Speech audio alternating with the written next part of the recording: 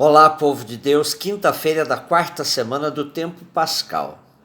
De hoje, quinta-feira até sábado, estaremos lendo o capítulo 13 dos Atos dos Apóstolos. Hoje, os versículos de 13 a 25.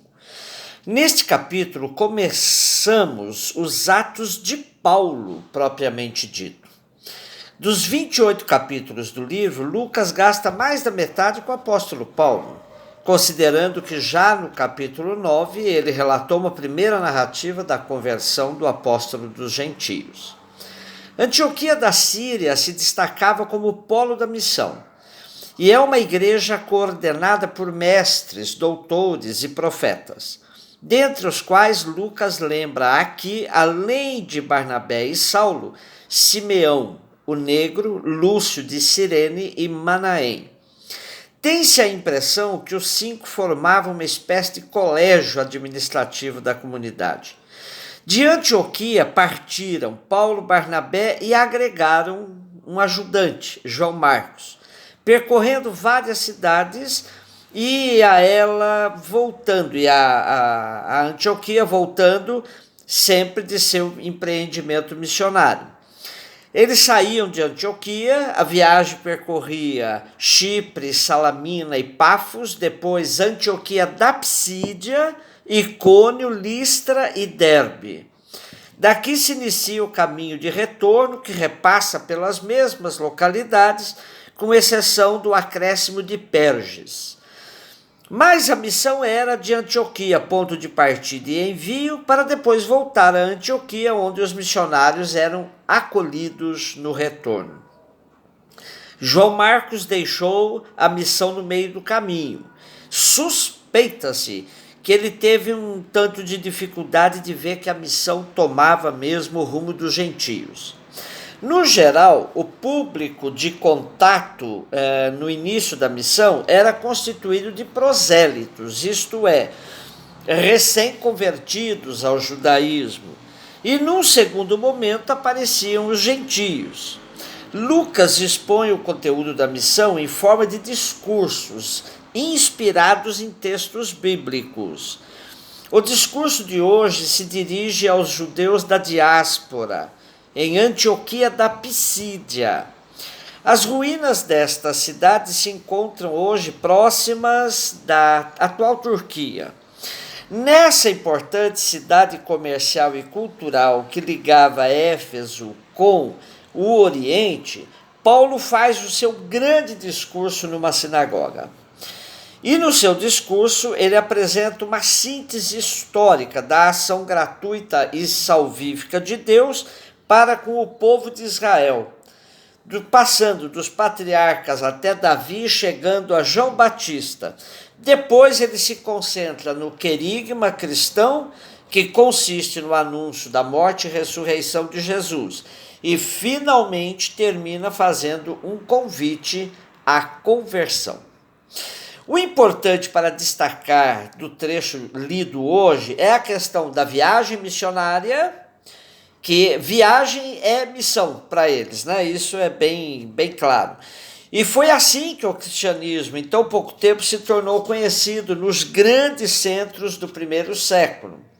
E significativo também ressaltar que o movimento cristão era profundamente urbano.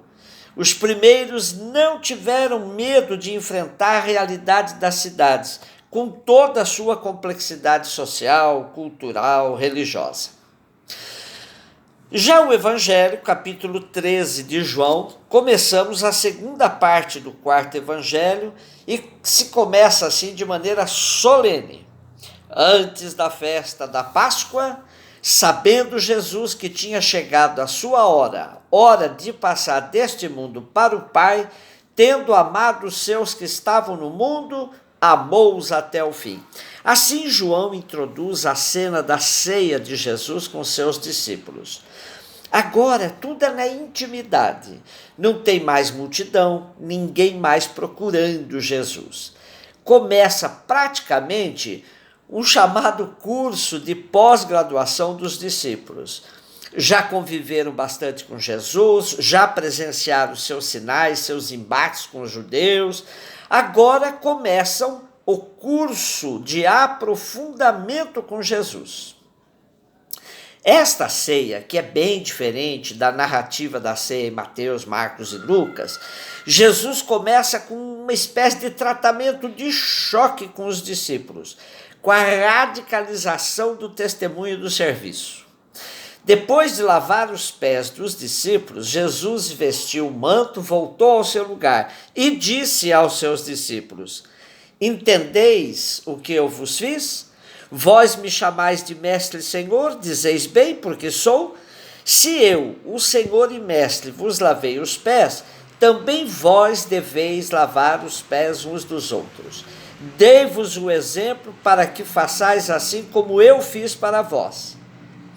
Se o discurso sobre o pão da vida mereceu comentário, que eram palavras muito duras, agora, com o lava-pés, os discípulos ficaram mudos. Somente Pedro tentou reagir, mas logo se calou e nenhum discípulo ousou falar mais nada. E Jesus acentua seu ensinamento aos discípulos, afirmando: o servo não é maior que seu senhor, e o enviado não é maior que aquele que o enviou. Fazer como ele não significa imitá-lo mecanicamente, mas aceitar seu ato de amor único e incomparável, que nos torna livres, para depois viver em conformidade com este amor e em total liberdade, tornando-nos servidores na caridade. Podemos até dizer que se os discípulos tivessem aprendido tudo o que tinham vivido com Jesus, o lava-pés seria dispensável. Mas Jesus percebeu que era preciso fazer esse tratamento de choque para que entendessem de uma vez por todas que a autoridade no projeto de Jesus se chama serviço. A hierarquia do serviço é a única aceita por Jesus.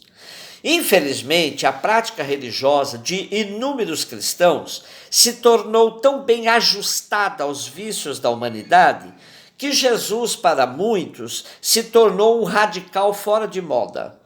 Lembro-me de que uma mulher, seguidora de um movimento desses de espiritualidade, um dia me questionou dizendo: o senhor não acha que de tanto falar de pobre, de pobreza, a igreja acabou perdendo parte significativa de seus fiéis, que querem subir na vida, que querem conquistar algo melhor para si e para os seus?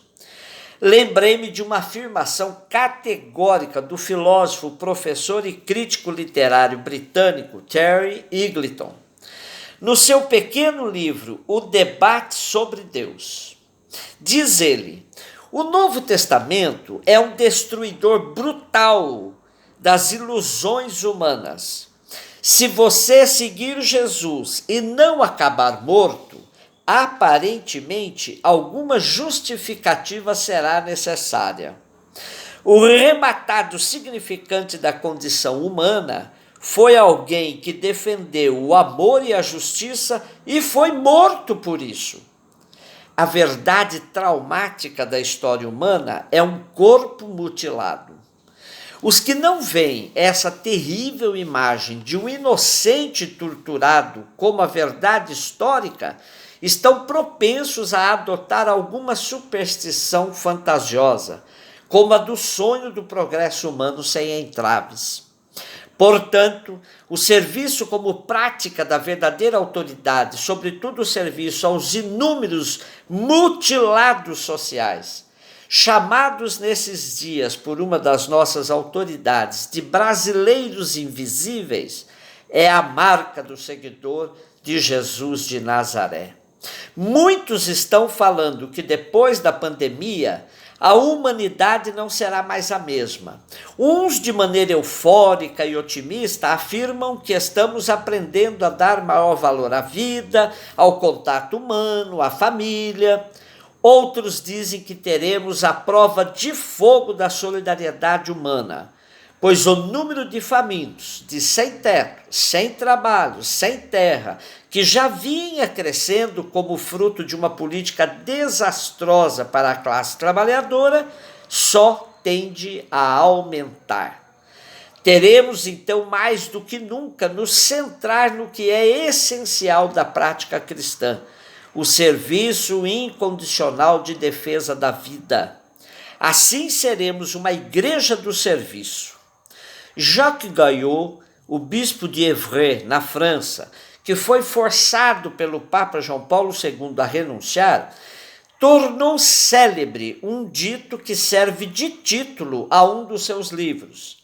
Segundo ele, uma igreja que não serve para nada. Um beijo no seu coração.